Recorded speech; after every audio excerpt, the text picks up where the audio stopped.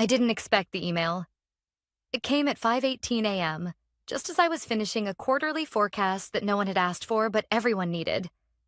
Subject line: Celebration weekend, private flight itinerary attached. The body was short. You've been doing incredible work. The CEO wants to recognize you personally. Please pack for 3 days. Dress code: business casual to semi-formal. No explanation, no hint, just a PDF of a flight to Aspen and a note from corporate affairs. I stared at the screen, blinking. I'd worked for Trident Systems for 5 years. Started as a contractor, climbed fast, delivered faster. I had scaled our analytics department from 2 interns and a broken Tableau license to a multi-million-dollar intelligence hub supporting 42 enterprise clients. But no one ever said, thank you. Not like this. My name is Kelly. And I've never liked surprises, especially the ones that start with champagne and end with betrayal. The jet was sleek, white, and cold on the inside, like a hospital dressed up for prom. I sat near the back, quietly sipping citrus water while a flight attendant offered hot towels and compliments that felt memorized. Across from me sat the CEO, Graham Telford, the man with a watch worth my student loans and a smile that never reached his eyes. His wife, Clarice, was flipping through a fashion magazine like we weren't even there. And next to her, their daughter, Zara, 19, barely. Long lashes, luxury nails, and a tablet she didn't look up from once until we landed. The same Zara who'd posted last week about how real jobs are for people who gave up. I'd rolled my eyes. Now I was sitting next to her, buckled into a jet bearing the Trident logo. The resort in Aspen was the kind that didn't show up on Google Maps. Private chalets, heated floors, fireplaces lit before you even thought of wood. They gave me a suite with a view of snow-covered trees and a handwritten note. We're proud of you. Let's toast to the future. GT. For a second, I let myself believe it. That maybe they saw me. That maybe I wasn't just the fixer behind the curtain anymore. That night, the Telfords hosted a dinner in the main lodge. 10 people, all executive leadership. I wore a tailored emerald dress I hadn't had a reason to put on in 2 years. Graham stood when I walked in, arms wide, his signature grin on full display. Kelly, he beamed. Come sit, right here next to Zara. I smiled politely. My stomach coiled. Dinner started with champagne, flowed into lobster, and ended with stories about how far we'd come. Clarice praised Zara's eye for vision. Zara talked about her TikTok growth like it was an MBA. Then Graham stood, raised his glass, and cleared his throat.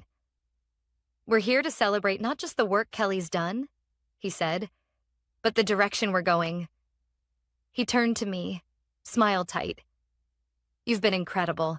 Truly. You carried this company through some tough winters. I nodded, wary.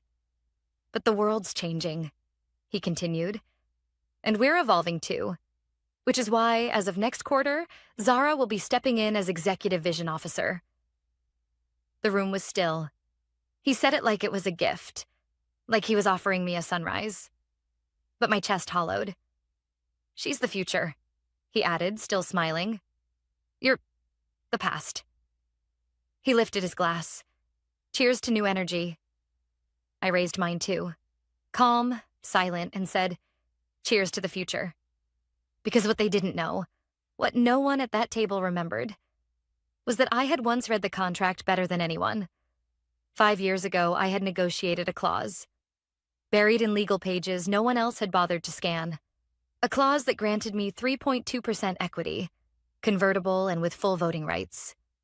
In exchange for proprietary system architecture I built when the company couldn't afford outside developers. Graham signed it himself. I still had the scanned PDF and the email thread archived. No one paid attention back then, because I was just Kelly from operations. And that's exactly how I wanted it. When dinner ended, I stayed back, stared at the fire long after the others left. Zara had smirked as she walked out. Don't worry, she'd said lightly. I'll make sure the interns still loop you in. I didn't respond. I didn't need to, because what she didn't understand, what none of them understood, was that leadership isn't just about slogans and followers. It's about foundations. And I built this one, from the ground up. The real celebration hadn't even started yet. I flew home on Sunday evening. No driver, no follow-up message, no thank you. Just a text from Zara. Don't forget to forward me your files. We'll set up time next week to go over handoff. Like I was an assistant. Like the past 5 years were bullet points on a slide deck she could delete. I didn't respond. Instead, I stared out the plane window and let silence do the talking. Sometimes silence is the loudest answer you can give. Monday morning, I walked into Trident HQ like it was any other day. No farewell party, no company-wide announcement, just a few half smiles from people who had clearly heard whispers, but didn't know how to ask. Luis from product gave me a subtle nod. Sarah from compliance avoided eye contact. I made my way to my office, still mine for now, and sat down at the same desk where I'd sketched out our first predictive model on the back of a napkin. I opened my laptop. My credentials still worked. No one had cut me off. Not yet. My inbox had already started shifting. Zara had forwarded an email chain with the subject line, Marketing Refresh Strategy, Next Gen Positioning. It was full of buzzwords. Words like authenticity and disruption and brand reimagination, but no mention of our clients. No reference to the analytics platform I'd built. No understanding of how our legacy systems actually functioned. That's when I opened a folder labeled Foundations Archive. Inside it was everything they didn't realize I still had. Back in 2018, we were 2 quarters from collapse.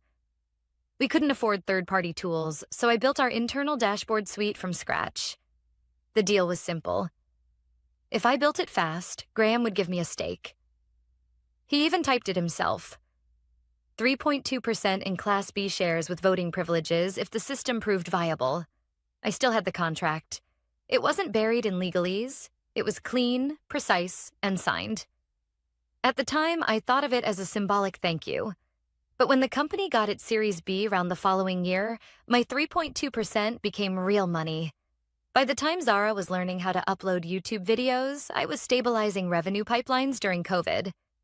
And yet they were ready to erase me like chalk on a boardroom wall. I spent the rest of Monday quietly downloading documentation, not because I was planning to sue, but because I knew I'd need leverage. Then I forwarded a message to our general counsel. Subject: Clarification on shareholder voting rights.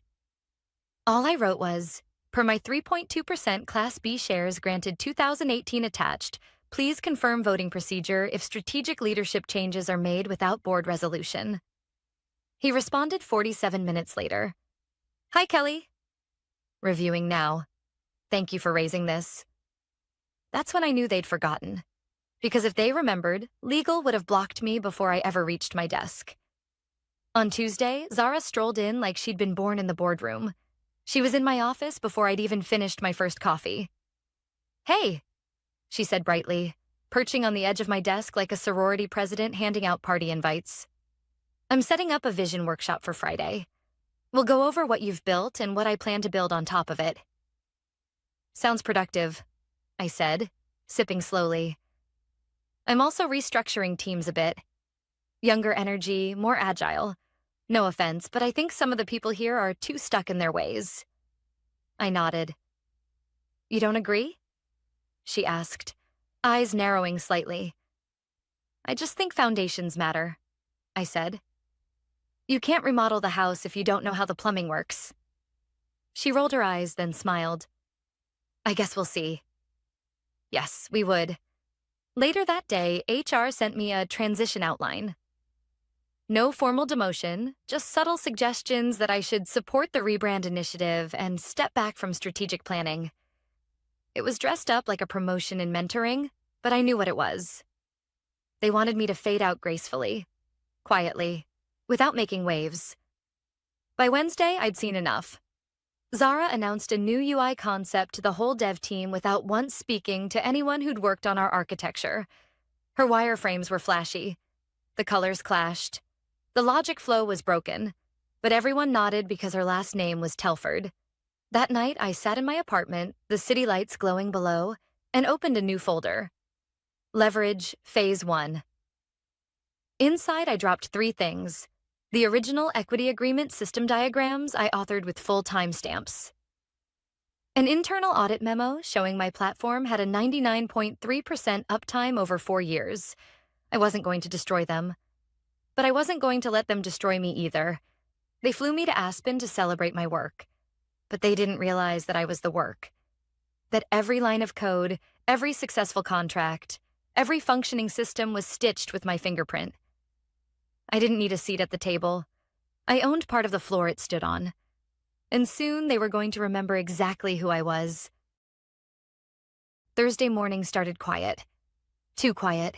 There was no meeting on my calendar, no urgent Slack messages, and no leadership updates.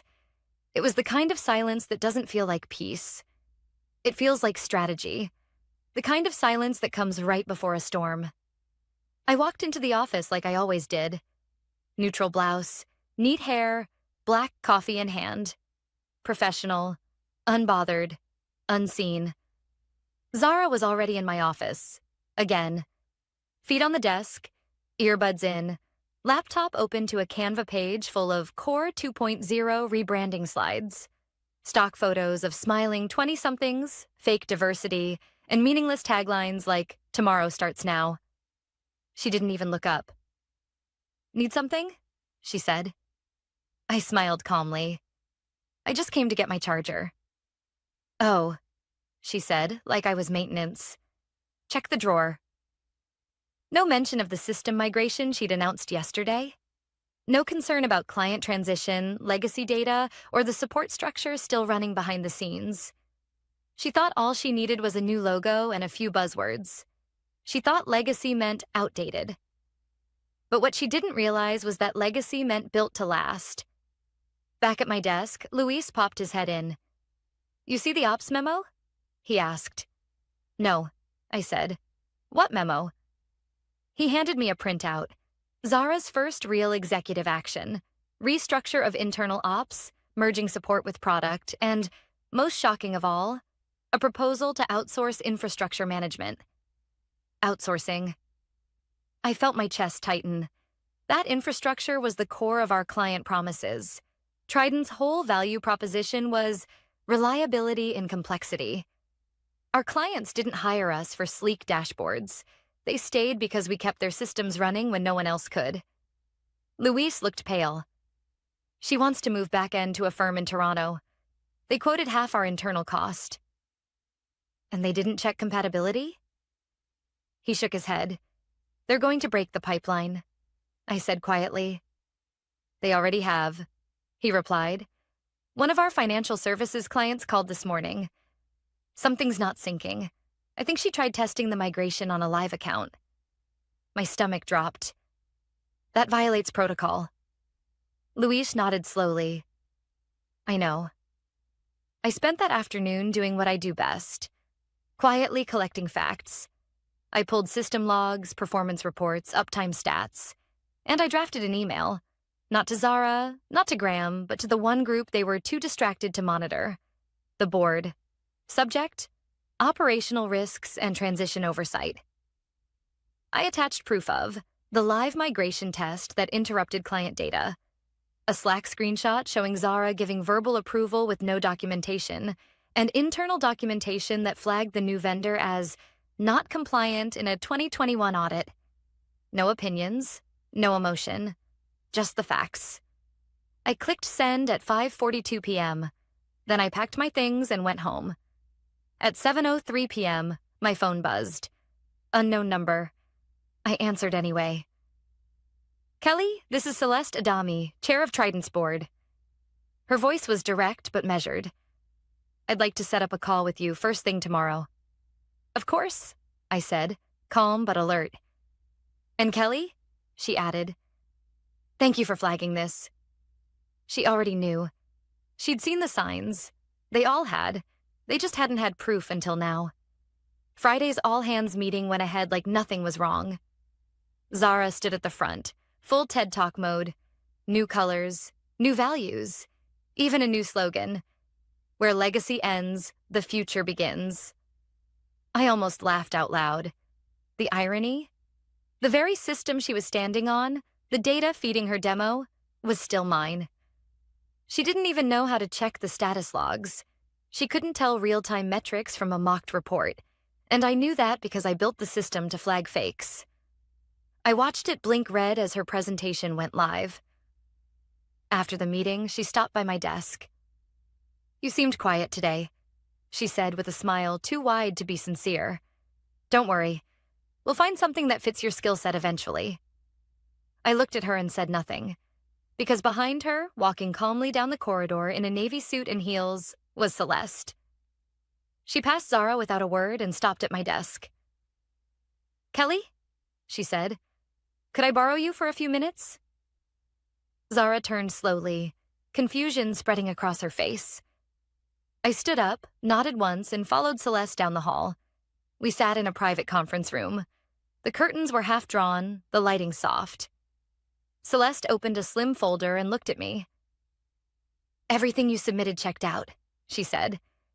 "You've been holding this company together longer than anyone acknowledged." I didn't speak. I didn't need to. "We're calling an emergency executive session next week," she continued. "I want you there. You'll brief the board directly." I exhaled slowly. For the first time in weeks, I felt it. Not victory, not revenge. Something deeper, recognition. Monday came colder than usual. Not outside, inside the building. There was a shift in the air, the kind you can't explain but you feel in the way people avoid eye contact or whisper behind coffee cups. The office buzz was gone. The usual Monday morning banter replaced by cautious silence. No more jokes about Zara's slogans, no more loud greetings, just controlled breathing. I walked in early, as always. Luis was already at his desk. He gave me a small nod, the kind you give someone right before a storm breaks. On my desk sat a sealed envelope. No sender listed. Inside was a single sheet of cream paper with a Trident Systems letterhead. Invitation to executive session. Confidential Tuesday. 10 a.m. Boardroom B. Attendees, Board of Directors, Legal Counsel, Kelly Rao, Interim Advisory Oversight. Provisional, no Zara. No Graham. The rest of Monday passed in slow motion. Around 11:30, I saw Zara walk past my desk, phone pressed to her ear, eyes darting. She wasn't smiling anymore. By noon, she'd called a leadership sync with the department heads. I wasn't invited. Neither was Celeste. But Luis was. He came back 40 minutes later and sat down at my desk like someone trying not to look panicked. "She's scrambling," he whispered. "She said anyone resisting the restructure is slowing innovation. She even suggested replacing the infrastructure team with newer talent." I blinked slowly. "She doesn't know half the infra team built the thing she's standing on," I said. Luis nodded. "She also said something about bringing in external branding consultants. High cost, fast turnaround." "They're draining capital," I said flatly. "And she doesn't realize the burn rate is visible to the board." "She thinks she has time," he said. "She doesn't." That afternoon, I met with Celeste in a small conference room on the 18th floor. She had a notepad, a black pen, and zero small talk. "We'll open with a review of Zara's decisions over the last 30 days, she said. "I want you to present a factual sequence. Client interruptions, procedural breaches, budgetary anomalies." "No personal comments?" I asked. She shook her head. "We'll let the data speak. We're not here to humiliate her. We're here to protect the company." "I understand." She looked at me carefully. "You've played this with more grace than most executives I've seen." "Thank you," I said. "But grace is not the same as silence." Celeste's mouth twitched, a hint of a smile. Tuesday arrived with heavy clouds and the weight of long-buried truths. I walked into Boardroom B at exactly 9:59. Celeste was already seated. So was Darnell from Finance, Angela from Legal, and two external observers I didn't recognize. likely advisors or potential partners. Graham walked in 5 minutes late, pale and stiff. He sat at the far end, hands folded, saying nothing. Zara didn't show. Celeste opened the session calmly. We're here to assess the transition strategy and its impact on operational continuity. Ms. Rao has provided data for review. I stood and connected my laptop. No speech, no emotion. Just a clean timeline of cause and effect. Live migration without testing protocol. Client X's service interruption. Unauthorized outsourcing request with flagged vendor. Projected Q3 overages due to external rebranding bids. Internal morale drop supported by HR's own employee engagement pulse check. When I finished, I stepped back and closed the laptop. Silence filled the room. Then Daniel Renner, CEO of a tech partner company and potential acquisition candidate, leaned forward.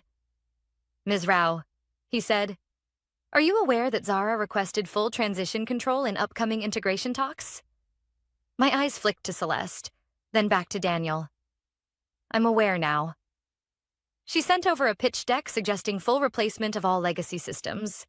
No mention of who built or maintained them. That's a critical omission, I said. Daniel nodded. It was noted. After the meeting, Graham stopped me in the hallway. His shoulders sagged. He looked smaller than I remembered. I never meant for it to go this far, he said. You didn't stop it either, I replied. He nodded slowly. She's my daughter. I understand, I said. But I was your partner, and you forgot that. He didn't respond. As I turned to leave, he added, they're going to remove her, aren't they? That's not my decision, I said. But you should prepare her. That evening, I went home and pulled out the file I kept in the bottom drawer, labeled simply, Build Phase, 2018. Inside was the architecture diagram I'd drawn in pen 5 years ago. No software, no automation, just lines and logic on paper. It was still valid, still running, and still mine. I took a photo of the page and saved it under a new folder. Legacy equals value, because they can replace titles. They can change logos. But you can't replace the people who built the bones of something and kept it alive through every storm. Wednesday morning felt different. People weren't whispering anymore. They were watching. The atmosphere in the office had changed. Not with fear, but with anticipation. Every movement felt deliberate. Every conversation measured. Zara hadn't shown up that morning. Her name was still on the whiteboard in what used to be my office, but her chair sat empty. The rumors had started circulating before noon. That the board had frozen her transition plan, that legal had asked her to pause all strategic directives, that she'd left crying the day before. None of that came from me. I hadn't said a word. I didn't need to. By now, the system was speaking for me. At 11 a.m., I met Celeste in a quiet corner of the executive floor. We've scheduled a full vote for Friday, she said, her tone cool and professional. On formalizing the advisory team and removing Zara from interim leadership. I nodded once. You have the numbers? We do, she said. After yesterday's presentation, 2 of the undecideds flipped. One said he couldn't believe Graham signed off on any of this. He didn't, I said. He just didn't stop it. Celeste studied me. You could have gone public with this. Leaked it. Blown the whole thing up from the outside. I don't want to destroy Trident, I said quietly. I just want it to remember what it is. She looked down at her notes, then closed them. We'll want you in the room. Back on the floor, I returned to my desk and opened my inbox. One message stood out. Subject: Concerned client requesting escalation sender. Vanessa H., client success. Inside: Hi, Kelly. Just got off a call with client Delta. They're reporting instability in the dashboard. They say it's not syncing overnight reports. Said they've reached out twice this week and gotten vague answers. Do you know what's going on? I felt a chill run down my spine. Delta was one of our oldest clients. One of the clients I brought in, back when we were fighting just to make payroll. Losing them would send the wrong signal to every client watching. I opened the back-end monitor and pulled the sync logs. Sure enough, 3 failures in 4 days, all linked to a patch Zara's team pushed live without routing through QA. No rollback. No escalation chain. They thought no one would notice, but clients always notice. I called Vanessa directly. Get me 10 minutes with their lead. I'll take the call personally. Already scheduled for 2 p.m., she said. They requested you specifically. Of course they did. At 1:58, I closed my door. At 2 o'clock sharp, I was face-to-face with Client Delta's head of operations over Zoom. I appreciate you joining the call, he said, his voice clipped. I'll be blunt. If this instability isn't resolved by Friday, we're pulling our contract. I didn't flinch. You're right to be frustrated, I said. And I'll take full responsibility for restoring the system. You're not even listed on the current leadership roster anymore. I looked him in the eye. Yet here I am. There was a pause. We don't want to leave, he said finally. We just want what we were promised. And you'll have it. After the call, I rolled back Zara's faulty patch and reactivated our original sync tool, the one I built by hand when Trident was still running lean. The logs lit up green. Clean, fast, no errors, system restored. By Thursday, news had spread. The client hadn't left. The system had stabilized, and I was the one who fixed it. Luis walked past my desk that morning, coffee in hand. You just bought us time, he whispered. Not time, I said. Breathing room. Then I opened a new document titled Advisory Proposal, Foundation Model. It outlined a transition plan not based on slogans or hashtags, but on history, data, and respect. Later that afternoon, I got a knock on my door. It was Graham. He looked tired. Not the kind of tired from work, the kind that comes from watching something unravel too late to stop it. Can we talk? I gestured to the chair across from me. He sat, hands folded in his lap. I spoke to Zara, he said. She's stepping back, voluntarily. I raised an eyebrow. She wanted to prove herself. She thought you were in the way. I wasn't, I said. I was the foundation. He nodded. I know that now. There was a long silence. I'm sorry, Kelly, he said. Truly. I believe you, I said. But the apology is for me. The accountability? That's for the board. He didn't argue. He just nodded once, stood up, and left the room. That night, I worked late.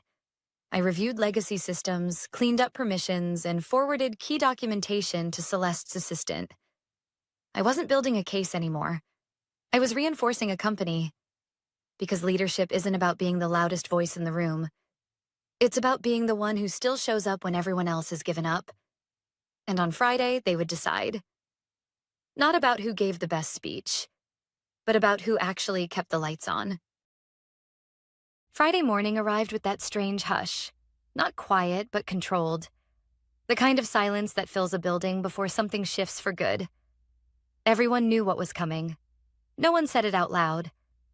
But the eyes said enough. I arrived at Trident HQ early. My badge still worked. My name was still in the system. No one dared greet me with pity anymore. Now they looked at me with something else. Recognition. The boardroom was full when I walked in. Celeste sat at the head of the table, calm as always. Graham was there too, seated beside 2 outside consultants. His expression was unreadable, but the slump in his shoulders gave him away. Zara came in 5 minutes late. No designer tote this time. No glossy smile. Just a neutral blazer, hair tied back, and a face trying to look composed. Celeste opened without small talk. We're here today to vote on finalizing the leadership transition oversight following recent instability and risk exposure. She looked at me, then around the room. Before we vote, Kelly, would you like to say anything? I stood slowly. I didn't come here to claim credit, I said. But I did come to protect what we built. Trident isn't a brand. It's a structure, a system, a promise. And lately, that promise has been stretched thin. I paused. Leadership isn't disruption for the sake of headlines. It's making sure that when things fall, they don't collapse. And I sat back down. Daniel Renaer, seated at the far end, nodded slightly, the kind of nod that comes from years of listening before speaking.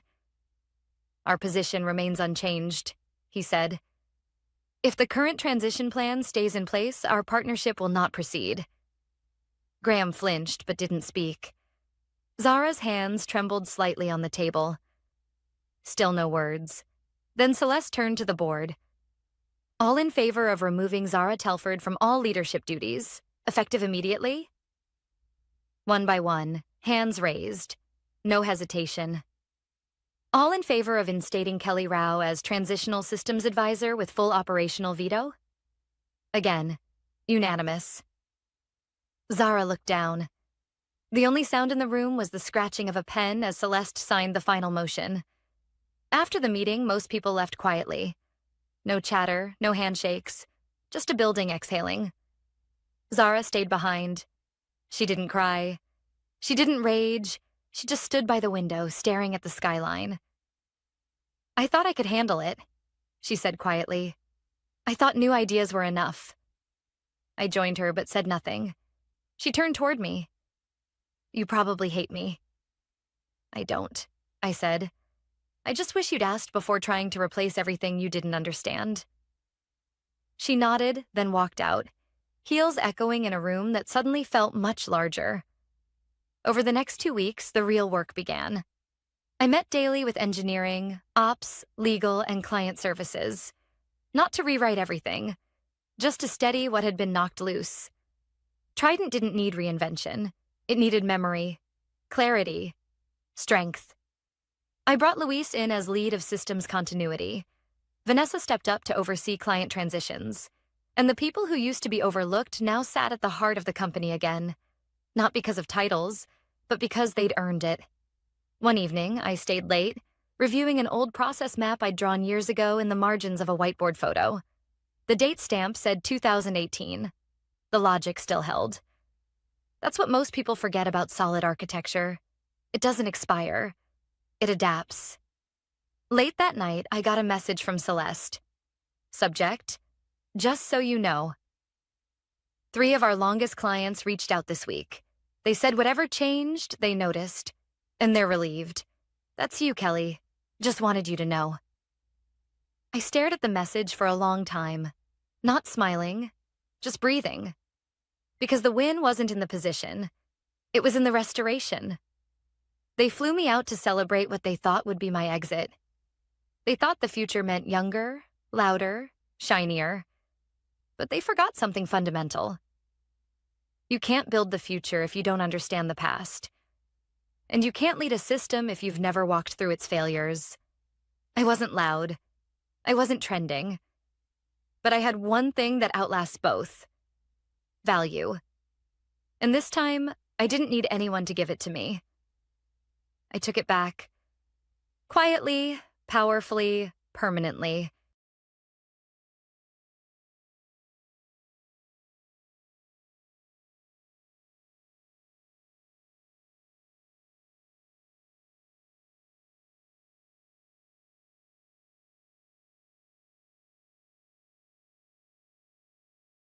I found the job posting by accident. It was a Thursday afternoon. Gray, unremarkable.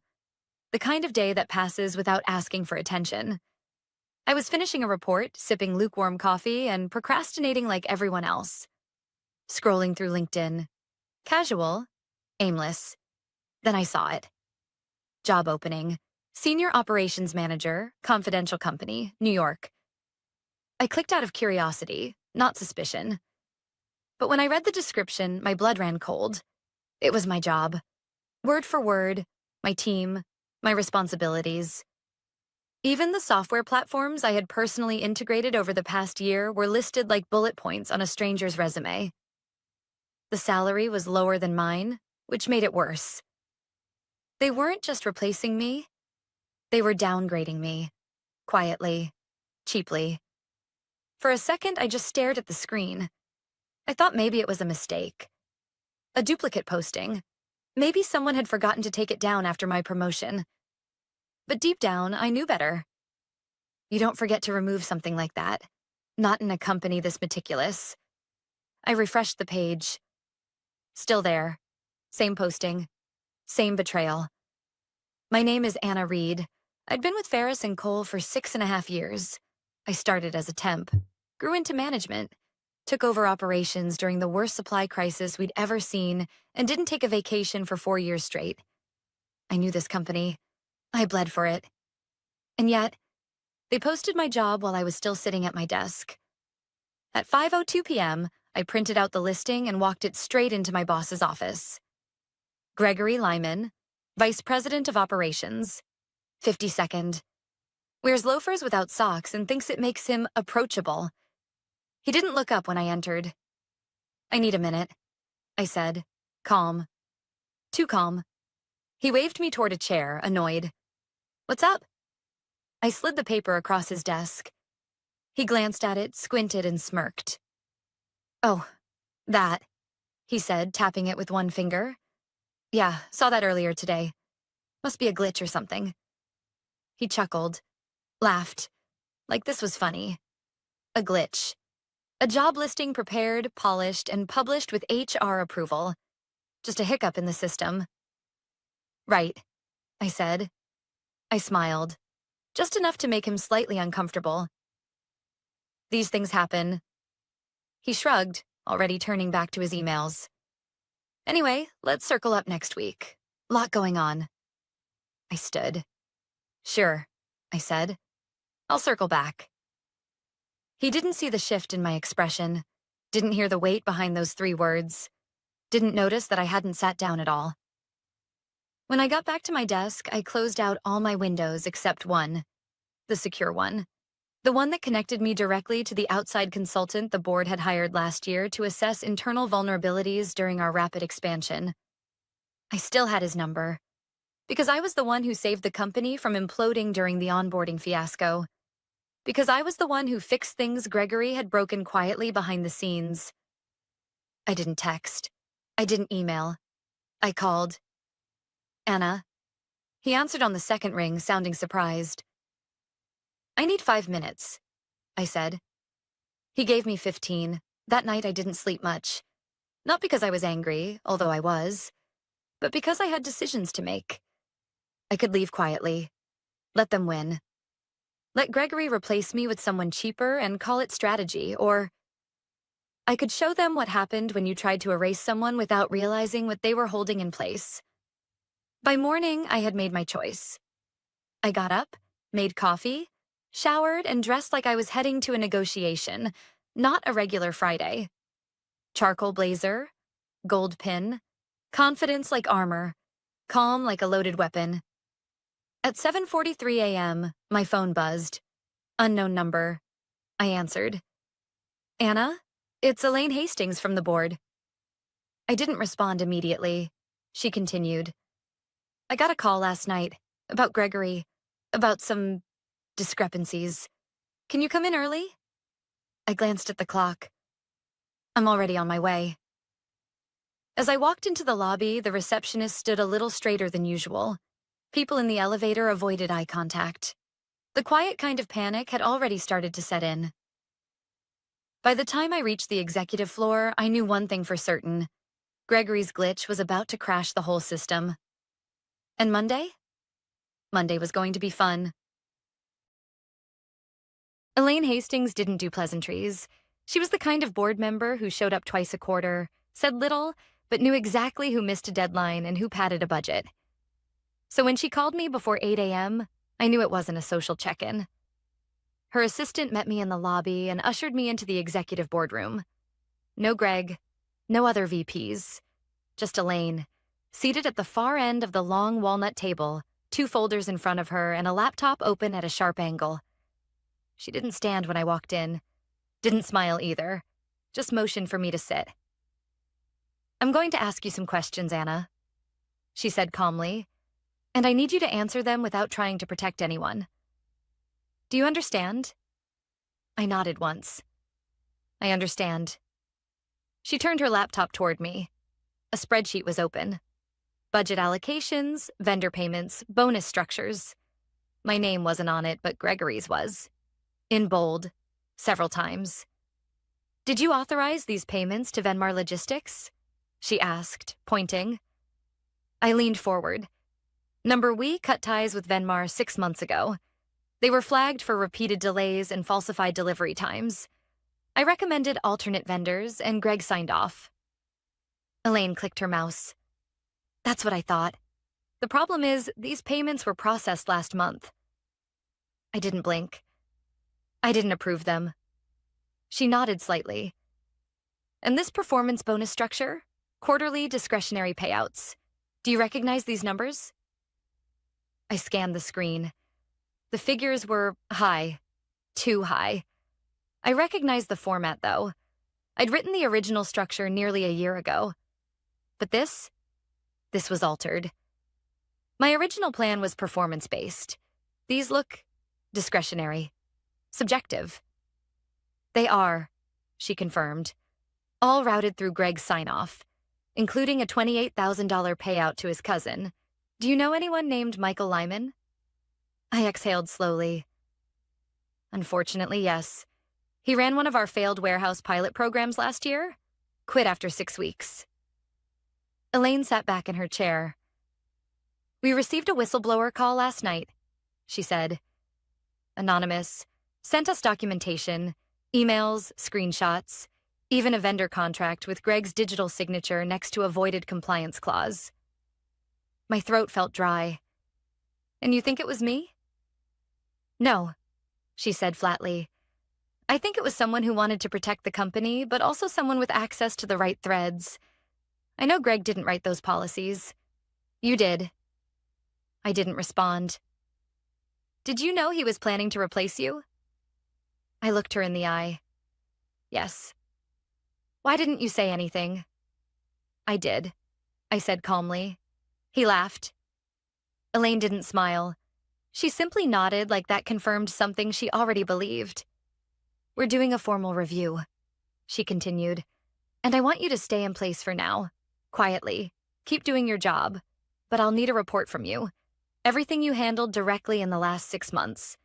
Any changes Greg made that didn't go through the regular approval channels." I paused. "That list might be long."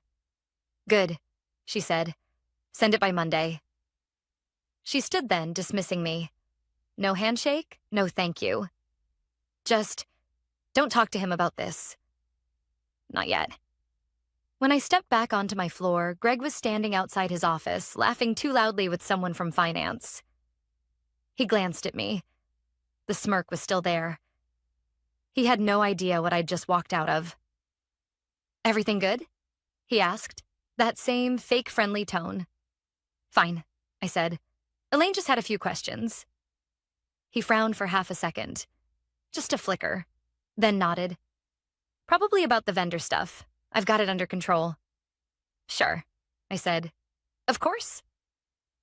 The next 2 days were a blur. I stayed late Friday night, combing through emails, shared drives, budget folders, finding just how many places Greg had cut corners, moved numbers, bypassed compliance. I didn't send anything yet. I just documented.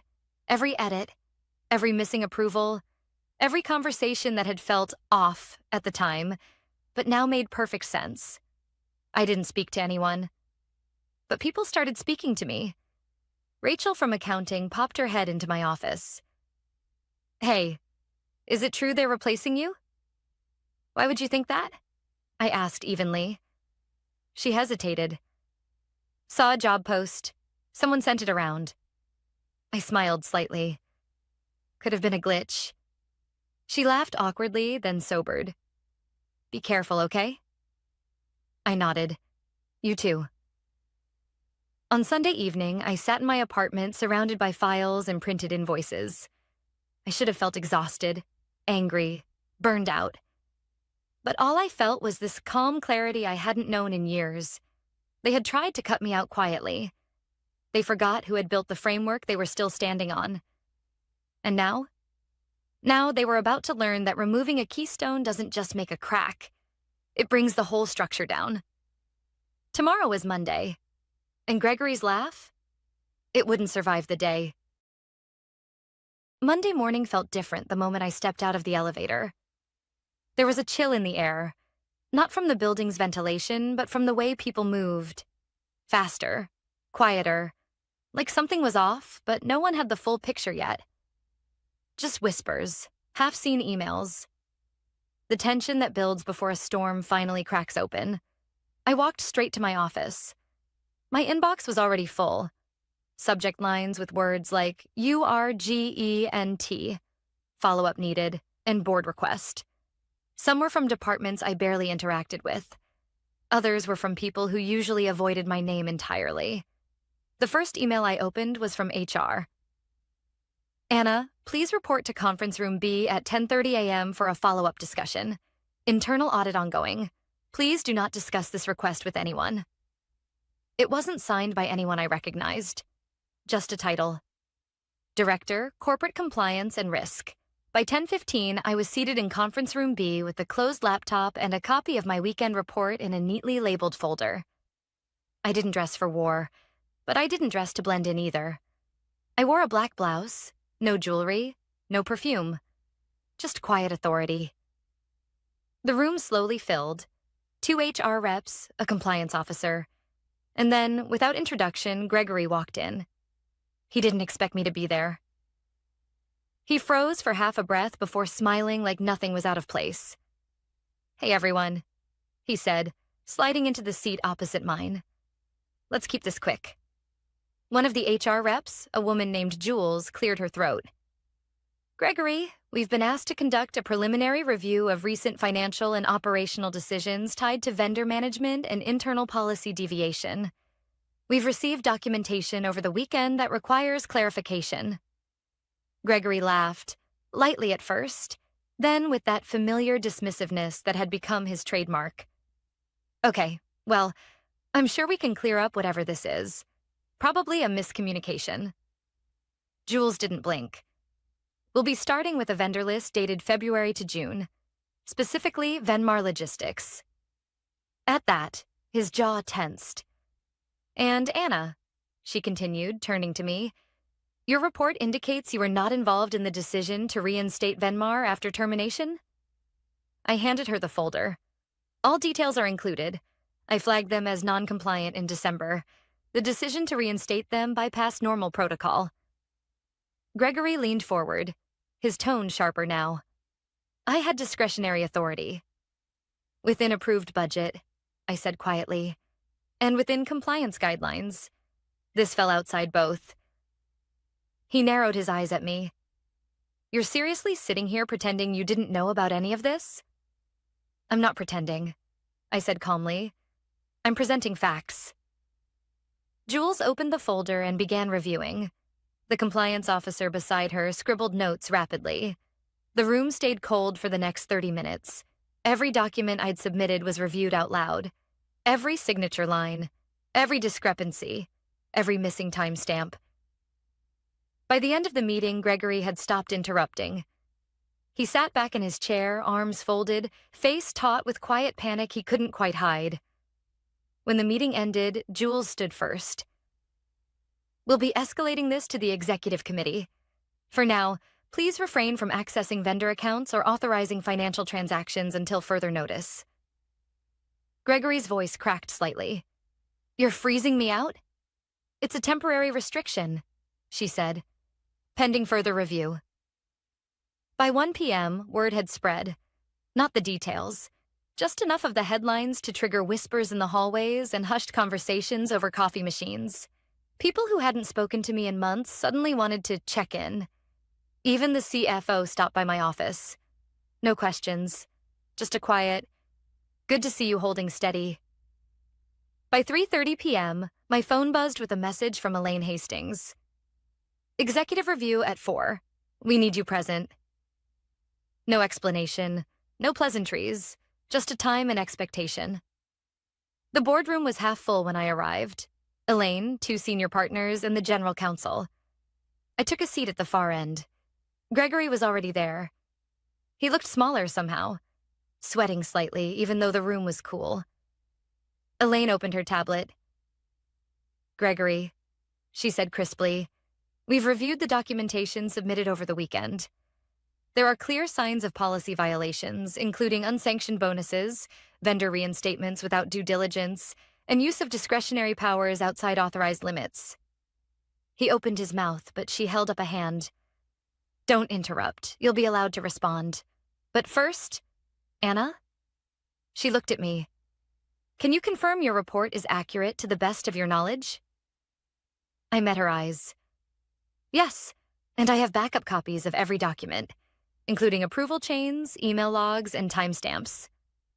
Gregory looked like he'd swallowed glass. Elaine turned back to him.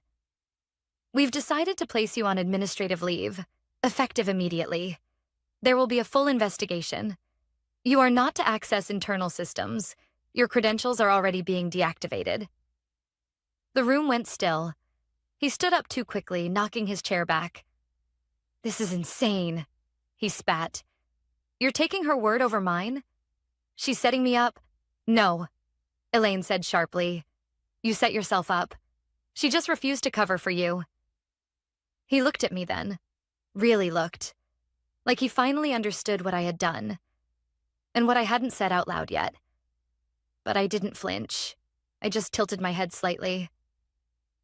These things happen. That night, I sat in my apartment watching the city glow against the windows. Gregory was out, but I knew better than to celebrate too soon. People like him didn't disappear quietly. Still, the laugh, the one he gave me when I first showed him the job posting, it was gone now, replaced by silence. And in some ways, silence was even louder. The office felt different without Gregory. Lighter in some ways, but heavier in others. His laugh was gone, yes. His forced authority. His smug, offhand remarks. But what remained, what lingered, was harder to name. It wasn't noise anymore. It was quiet. Careful. Watching. That first morning after his suspension, I arrived to find the lights already on in my department. Files slightly rearranged. Coffee half brewed in the break room. Someone had been there before me, and not for work. I checked my desk. Everything looked untouched. But I still changed my passwords. Every system, every login, every backup folder. It wasn't paranoia, it was protocol and survival. By 9 a.m., I received an internal memo. Interim oversight of operations to be shared between Anna Reed and CFO until further board decision. No fanfare, no congratulations, just a single-line update. But in an office like ours, tone was everything. People noticed. By lunch, I had received 3 Slack messages from colleagues who hadn't spoken to me in months. "Congrats, I think." "Well-deserved. Ignore the noise. Let me know if you need anything. Not everyone's happy, FYI." The last one stuck with me. At 3:20 p.m., I walked past the glass conference room on my way to IT and caught 2 department heads whispering behind half-closed blinds. One of them, Jenna, turned and made eye contact. Then quickly looked away. Jenna had been promoted under Gregory. She never liked me. Said I made her nervous. The strange thing about winning, if you could even call this winning, is how quickly it isolates you. You become a symbol, not a person. You stop being someone people eat lunch with and start being someone they tiptoe around. Because you might be the next boss. Because you got someone fired. Because you saw what they pretended not to. And some of them weren't ready to forgive you for surviving. That week, meetings became quieter, shorter. The way people looked at me changed, some with cautious respect, others with thinly veiled resentment. I kept to myself, focused on my review tasks, and tried to stay grounded. I double-checked vendor contracts, sent gentle reminders about compliance standards, flagged outdated SOPs. On paper, I was doing exactly what the board expected. But beneath that, I was scanning for something else. Signs that Gregory's influence hadn't left with him. And I found it. In small, stupid places. Outdated templates being re-uploaded, budget drafts missing metadata. A recurring email CC'd to a dummy account that didn't belong to anyone currently employed. The kind of subtle sabotage that doesn't scream, but whispers. I reported everything. Not dramatically. Not in all company threads. Quietly. To the right people. Documented and dated. Then on Thursday afternoon, I found it. A shared drive folder, hidden in plain sight, labeled Q3 projections, but filled with backup spreadsheets Greg had created to justify next quarter's hiring cuts. My team was first on the list. The role I held. The people I mentored. Replaced with cheaper titles and vague job descriptions. It wasn't new. The file was last modified 2 weeks before he posted my job online. I stared at it for a long time. He'd been planning to gut my entire department. Quietly, incrementally. Replace us all, one by one, with cheaper labor and call it restructuring. I emailed it to myself. Then backed it up to my encrypted drive. Then I sat there, staring out the window at the city below. Was I angry? Of course. But more than that, I was tired. Tired of fighting fires that other people set. Tired of building things only to have someone else come along and try to erase the blueprint. Tired of being viewed as a threat for simply doing my job too well. That night, I walked home instead of taking the train. Just walked. 10 blocks in the cold with nothing but the sound of my heels against concrete and the weight of knowing too much. I thought about leaving, about sending in a resignation letter that simply read, "Clean up your own mess." But something in me refused. Not because I needed their approval, not because I wanted a title, because I was done watching people like Gregory rise on the backs of everyone else's silence. At midnight, I opened my notebook and started writing. Not just facts this time, but names, patterns, what people had said, what they hadn't said. I made a list. Who attended Greg's unofficial Friday meetings? Who benefited most from the discretionary bonuses? Who signed off on budget changes without ever asking questions? They thought removing Greg would be enough. But rot doesn't start at the surface. It grows underneath. In shadows. In whispered alliances. In fear. I wasn't just holding a file now. I was holding proof of a culture. And the next time someone tried to smile to my face while hiding a knife behind their back, I'd be ready. Monday started like any other. At least it tried to. I arrived early, before most lights were on, before the coffee machines had kicked in. The building always felt different before 8 a.m., like it hadn't put its mask on yet. The front desk receptionist glanced at me and then quickly looked away. I made a mental note. I was learning to notice the little things. Body language, silence, avoidance. When I got to my office, there was a sticky note on my chair. HR meeting, 10 a.m., room 407, no agenda listed. That was the first sign. The second came at 9:05 a.m. when I tried to access the shared project folder for Q4 and found my permissions revoked. Not expired. Revoked. I checked my other folders. Same thing. Then I opened Slack. Gone. My entire history. Every message I'd written or received since joining the company. I didn't panic. I didn't run to IT. I just took a slow breath, stood and walked across the floor to the HR office like I was going to any other meeting. Because I already knew. Someone was trying to erase me. Inside room 407, 2 HR reps waited.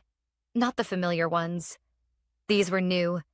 External consultants brought in during sensitive transitions.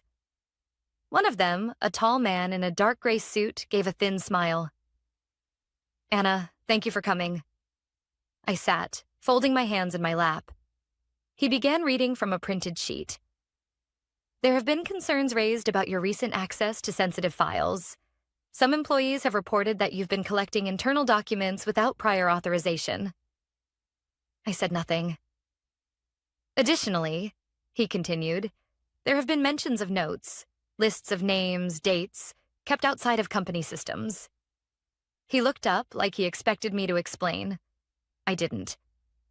Finally, the second rep, a woman named Carla, leaned forward. Anna, we're here to ensure that everyone feels safe and respected in this work environment. We want to be sure that no one feels targeted. That was the word. Targeted. Not unethical, not dishonest, just uncomfortable. Because nothing threatens a broken system more than someone who keeps receipts. I reached into my bag, pulled out a folder, and slid it across the table. Here's a full report of what I've gathered, I said. Everything is time-stamped with references to policy. Nothing was obtained through unauthorized means. The man opened it. Carla skimmed it. Slowly, their posture changed. I kept speaking. Calm, even, unshaken. If anyone feels uncomfortable, it's likely because they were part of decisions that couldn't survive transparency. I'm not targeting anyone. I'm just not protecting them either. Neither of them responded. After a moment, Carla asked quietly, "Did you send this to the board?" "Not yet," I said, "but I will, if necessary." The man exhaled slowly. "You understand this complicates things." "No," I corrected. "It clarifies them." When I left the room, the floor was buzzing. People were moving quickly, glancing at me, then looking away. Someone had obviously leaked the HR meeting. By lunchtime, I had 3 missed calls from unknown numbers. By 2 p.m., I received a calendar invite from Elaine Hastings. Subject line, closed door session. Board plus legal only. 4 p.m., I didn't hesitate. I replied, confirmed. At 3:59 p.m., I walked into the executive boardroom alone. No assistants, no folders, just the weight of every documented truth I'd been forced to carry. Elaine stood when I entered. So did the general counsel, the CFO, 2 board members I didn't know well. And in the corner, unexpectedly, sat Mr. Hanley, the company's founder. Retired 10 years ago. He hadn't been seen in the office since. He nodded at me. "Anna." I nodded back. "Sir." Elaine gestured for me to sit. She didn't waste time. "We've reviewed your documentation," she began. "What you've uncovered extends well beyond Gregory's missteps." I said nothing. She continued. Bonus manipulation, falsified reviews, replaced staff with contractors tied to shell accounts. Even Greg's cousin was drawing a salary after resigning. The CFO spoke up next. "You were on that list, too. He had already coded your replacement as in training under another name. You were gone weeks ago on paper." The room fell quiet for a moment. Mr. Hanley broke the silence. "I built this company on the backs of people who worked hard, told the truth, and didn't play games." He looked directly at me. "I want you to stay." Elaine stepped in. "We're offering you the role of head of strategic operations, full authority to restructure all processes flagged in your report." I didn't respond right away, because I was no longer just reacting. I was deciding. Finally, I nodded. "On one condition." Everyone looked up. "No private conversations, no backdoors.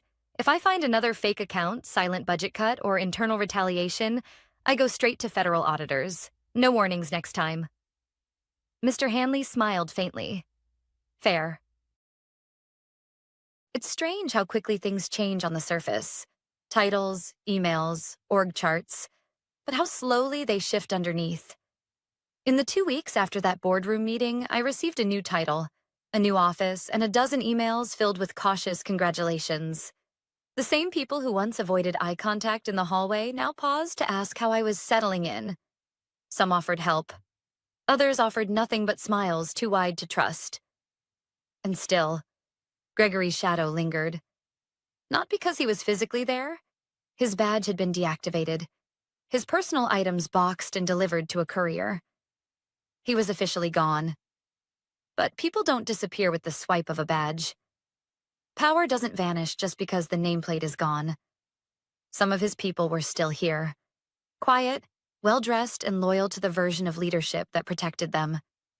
They didn't sabotage anything outright. They didn't need to. Delay a signature here. Misplace a document there. Speak in vague generalities during meetings. and then look surprised when things stalled. They wanted me to fail silently. The first thing I did was make a list of names. Not enemies, not friends, just patterns. Who showed up when the work got hard? Who deflected accountability? Who asked smart questions when no one else would? I didn't fire anyone. Not yet. Instead, I restructured weekly operations reviews. Everyone's progress, visible, cross-departmental, time-stamped. No one could hide behind the confusion of email chains or jargon-laced memos anymore. The rot, if it remained, had to operate in the light now. A few people quit. Not loudly. Just quiet resignations and half-hearted exit interviews. One by one. Some were Gregory loyalists, some weren't. But all of them had benefited from silence. And I had taken that away from them.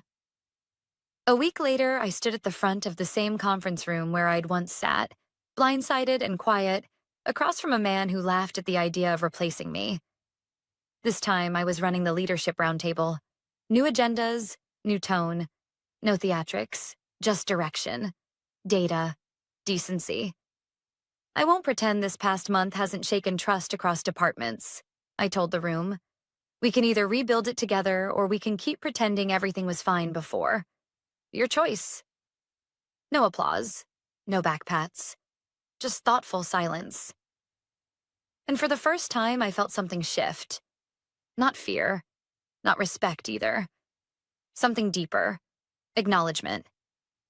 One afternoon, I walked past Jenna, the department head who once looked through me like I was a placeholder, and she actually stopped me. "Hey," she said. "I wanted to say, I didn't expect things to move so fast, but you've been steady. That matters more than people realize." I didn't smile, but I nodded. Thanks. Because I didn't need praise. I needed people to do the work.